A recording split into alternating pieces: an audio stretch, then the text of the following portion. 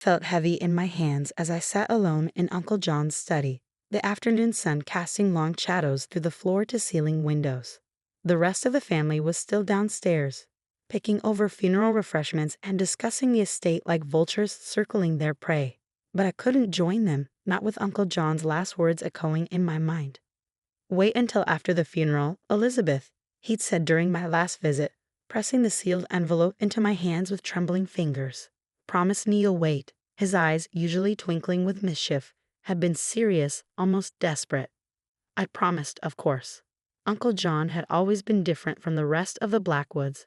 Warmer, kinder, less obsessed with maintaining the family's pristine image. While my father and his other siblings chased social status and wealth, Uncle John had been the one to attend my school plays, to ask about my dreams, to treat me like a person rather than another piece in the family's grand chess game. Now, 3 days after watching his casket lower into the ground, I finally broke the seal. "My name is Elizabeth Blackwood, and until that moment, I thought I understood my family." The Blackwoods were old money, with roots tracing back to the early days of Boston society. Our family's investment firm, Blackwood Capital, managed billions in assets. We lived in mansions, attended elite schools, and moved in circles where last names carried more weight than bank accounts. But as I unfolded Uncle John's letter, everything I thought I knew began to unravel. "My dearest Elizabeth," the letter began, his familiar scrawl bringing tears to my eyes.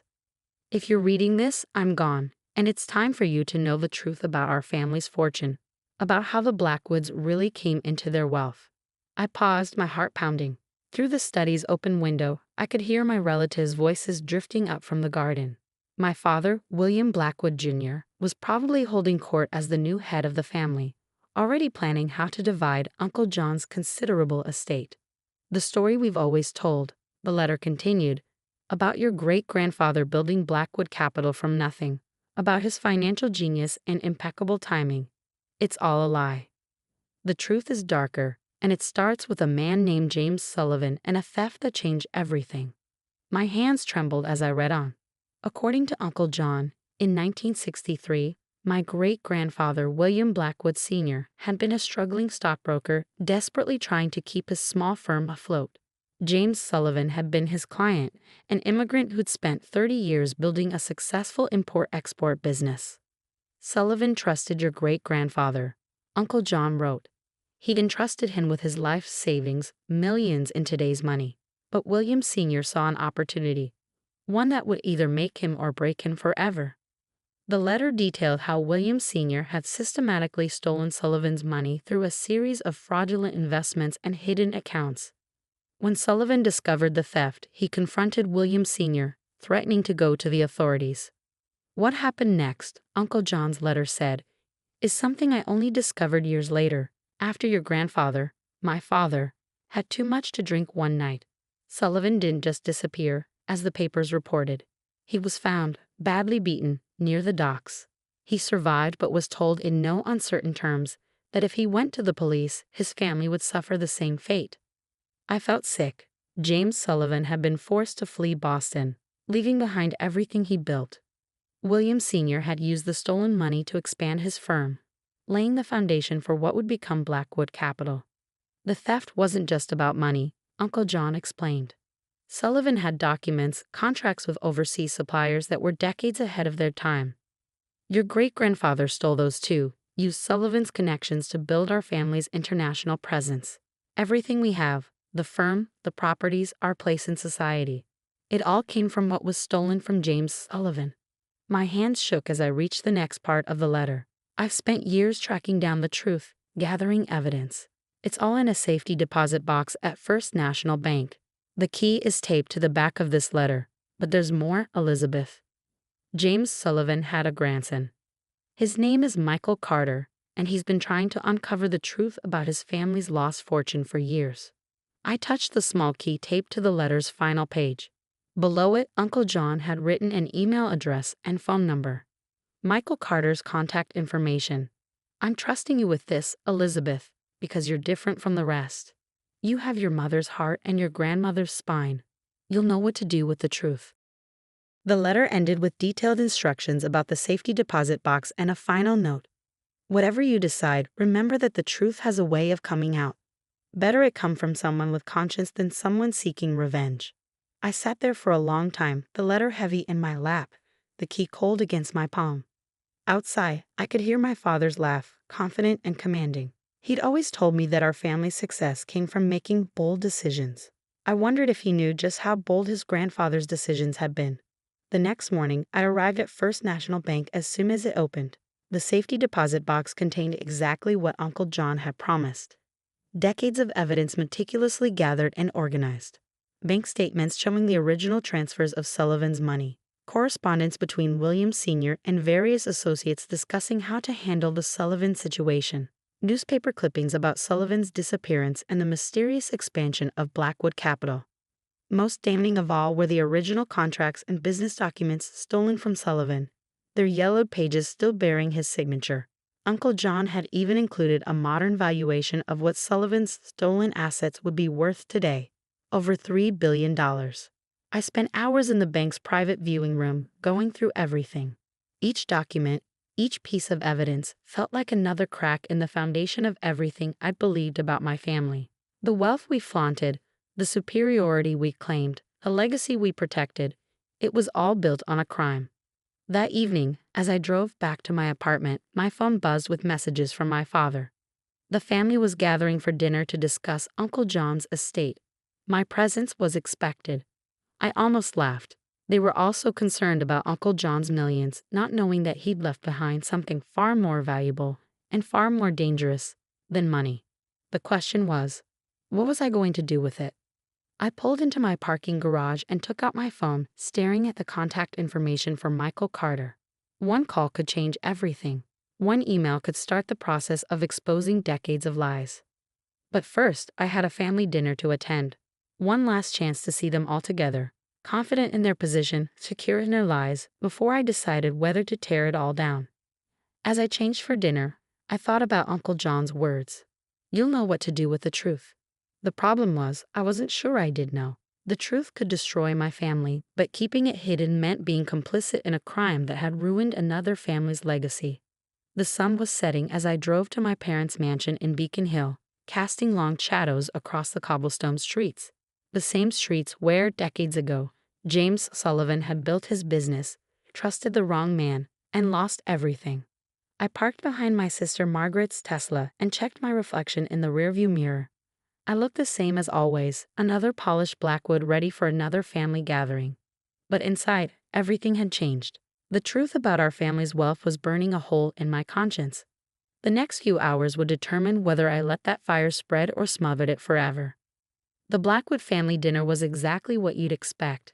Crystal glasses catching the light from the antique chandelier, silver place settings that had graced this table for generations, and conversation as carefully polished as the mahogany beneath our elbows. My father sat at the head of the table, already comfortable in his new role as family patriarch. My sister Margaret was to his right, her husband Thomas hanging on every word. My brother William IY, we called him Trip, lounged in his chair, barely concealing his boredom. My mother kept the wine flowing, smoothing over any awkward silences with practiced ease. Now about John's estate, my father began, setting down his fork. The preliminary numbers are quite promising. The old man was even more successful than we thought. I gripped my water glass tighter, thinking about the safety deposit box contents, if they only knew. Of course, my father continued, there are certain complications. John's will had some unusual provisions. Like what? Margaret asked, leaning forward. He left a significant portion to charity, my father said, his displeasure evident. And there are some questions about his overseas holdings. I couldn't help myself. Questions like what, Dad? He glanced at me, surprised by my interest. I usually stay quiet during these financial discussions. Nothing for you to worry about, sweetheart, just some old business arrangements that need sorting out. Old business arrangements, like stealing a man's life work and threatening him into silence. Actually, I said, setting down my glass, I think there's something we all need to discuss. The room fell silent. Even Trip looked up from his phone. Elizabeth, my mother said softly, a warning in her tone. I pulled Uncle John's letter from my bag. Did any of you ever hear of a man named James Sullivan? The reaction was subtle but immediate. My father's hand tightened around his wine glass. My mother's smile froze. Even Margaret, who hadn't been born when it happened, shifted uncomfortably. Where did you hear that name? My father asked, his voice carefully controlled. From Uncle John, I said, unfolding the letter. He left me something interesting to read after his funeral. What followed was chaos, but not the loud, dramatic kind. It was the quiet, deadly kind that wealthy families specialize in. My father's face went through a series of micro-expressions: shock, anger, calculation. My mother set down her wine glass with trembling fingers. Tripp finally put his phone away. I read the letter aloud. All of it. The theft, the threats, the decades of lies. When I finished, the silence was deafening. That's ridiculous, Margaret finally said, but her voice lacked conviction. Grandfather would never. I have proof. I cut her off. Bank records, correspondence, the original contracts stolen from Sullivan. Uncle John spent years gathering evidence. It's all very well documented. My father leaned forward, his voice low and dangerous. Where is this evidence? Safe, I replied, meeting his gaze. And before you ask, yes, I've made copies. He sat back, studying me like he'd never seen me before. Maybe he hadn't. I'd always been the quiet one, the compliant one, the one who didn't make waves. What do you want? He asked finally. The question surprised me. Want? I don't want anything, Dad. I want to do what's right. Right? He laughed, but there was no humor in it. You want to destroy everything our family has built? Think about what you're doing, Elizabeth. This isn't just about money. This is about legacy, reputation, generations off. Lies, I finished for him. Generations of lies, built on something stolen from another family. We built this company, Tripp interjected. Whatever happened back then, Blackwood Capital is what it is today because of our family's hard work. Our family's hard work? I repeated. You mean like the trust fund you live off? The position on the board you never earned? That kind of hard work. His face reddened, but before he could respond, my mother spoke up.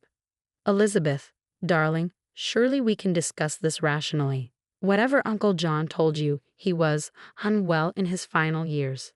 Perhaps. Stop, I said firmly. I've already spoken to Michael Carter. That silenced everyone. My father's face went pale. I had called Michael the morning after reading Uncle John's letter. He was a professor of economics at NYU, brilliant and determined. He'd spent years trying to uncover what happened to his grandfather's fortune, hitting wall after wall of Blackwood money and influence. He has a proposal, I continued, one that could make this right without destroying everything. My father's eyes narrowed. You had no right. I had every right, I shot back. Someone in his family needed to have a conscience. I pulled out another document, the proposal Michael and I had drafted with help from his lawyers. Blackwood Capital will create a new division, focused on immigrant and minority-owned businesses. It will be funded with $2 billion, managed independently, with Michael Carter as the chairman. The Sullivan Foundation, it'll be called. $2 billion. Margaret gasped. Less than what was stolen, adjusted for inflation, I said calmly. Plus, Michael gets a seat on the main board and a public acknowledgement of the truth. Carefully worded, of course, to minimize damage to the firm. Or what? My father asked, though I could tell from his tone that he already knew. Or everything comes out, every document, every piece of evidence, and believe me, the press would love this story. The prestigious Blackwood family, their fortune built on theft and threats. Imagine the headlines. The room fell silent again as they absorbed the implications.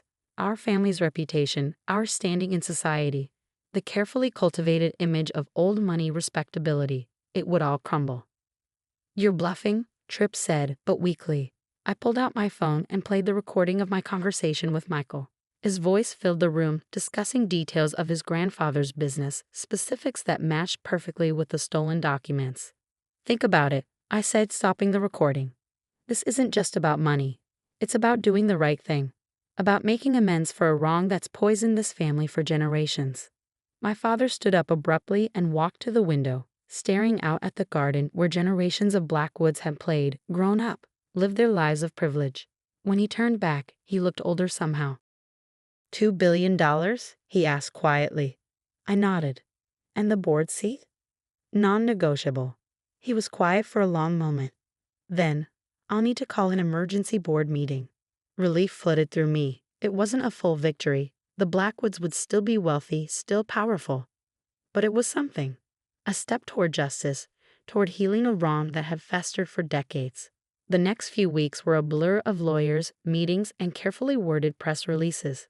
The announcement of the Sullivan Foundation was met with widespread praise, a prestigious investment firm taking concrete steps towards social responsibility and equity in finance.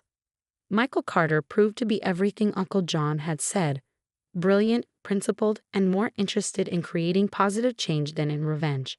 Under his leadership, the Sullivan Foundation began transforming lives, providing capital and opportunities to people who'd been shut out of traditional finance. My family adjusted, as wealthy families do. My father found ways to spin the story into positive PR. Margaret discovered a passion for social impact investing. Even Tripp started showing up to board meetings prepared.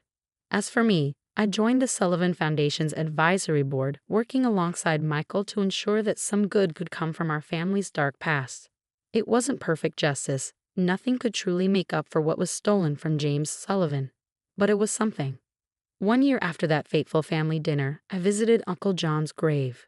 The autumn leaves were turning, creating a carpet of gold and red around his headstone. "You were right," I said softly, placing flowers by the granite marker. I didn't know what to do with the truth. I felt a presence behind me and turned to find Michael Carter standing there, holding his own flowers. "I come here sometimes," he said, placing his bouquet next to mine, "to thank him for having the courage to finally tell the truth." We stood there in comfortable silence, watching the leaves dance in the breeze. "You know," Michael said finally, "my grandfather used to say that money wasn't the most important inheritance he could leave us. It was integrity. The Blackwoods stole his money, but they couldn't steal that." I thought about my own inheritance, not the trust fund or the family name, but Uncle John's final gift, the chance to choose integrity over convenience, truth over lies. "Your grandfather was a wise man," I said. "So was your uncle," Michael replied. As we walked back to our cars, I thought about legacy. Not the kind measured in dollars or properties, but the kind measured in choices. The choice to face uncomfortable truths, to right old wrongs, to be better than those who came before us. The Sullivan Foundation continues to grow, funding dreams and building futures. The Blackwood name still carries weight in Boston society. But it's different now, associated with redemption rather than just privilege. And somewhere, I like to think, Uncle John is smiling, knowing that his last letter did exactly what he hoped it would.